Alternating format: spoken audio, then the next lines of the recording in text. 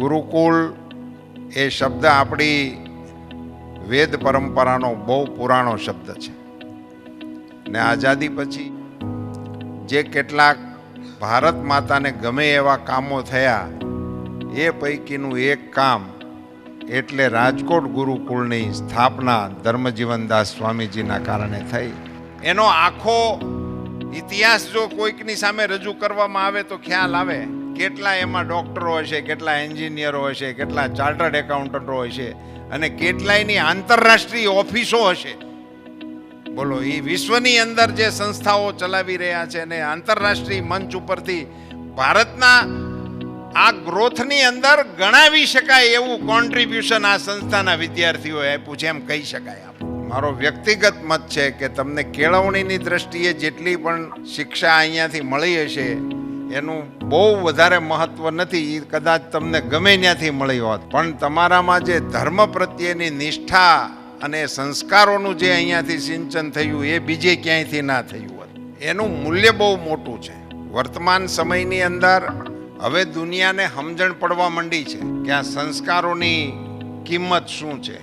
અભ્યાસ તો અંકગણિત, બીજગણિત, ભાષા, વિજ્ઞાન, ભૂગોળ આ બધું તો ગમે ત્યાં ગમે એમ શીખી જવાય એવું છે ને હવે તો મને એમ લાગે છે કે બધું ઓનલાઈન જ થઈ જાય. અને એ તો બહુ બધું શરૂ થયું છે. આ કોરોનામાંથી જે કેટલીક સારી વાતો બહાર નીકળી છે ને એમાંની એક વાત આ સારી છે, પણ સંસ્કારો ઓનલાઈન ન આવે. એમાં તો તમારે કોઈક ગુરુની સેવા કરવી જ પડે, કોઈકના ચરણ દબાવવા જ પડે, કોઈકના ચરણમાં રહેવું જ પડે, કોઈકના ચરણમાં શીશ ઝુકાવવું જ પડે.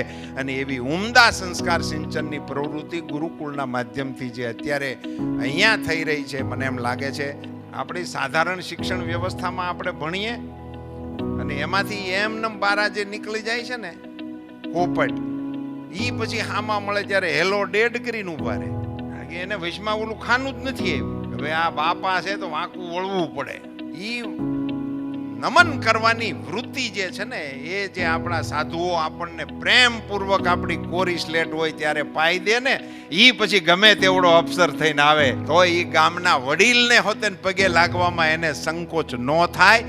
એ સિંચન આપણને ગુરુકુળના માધ્યમ.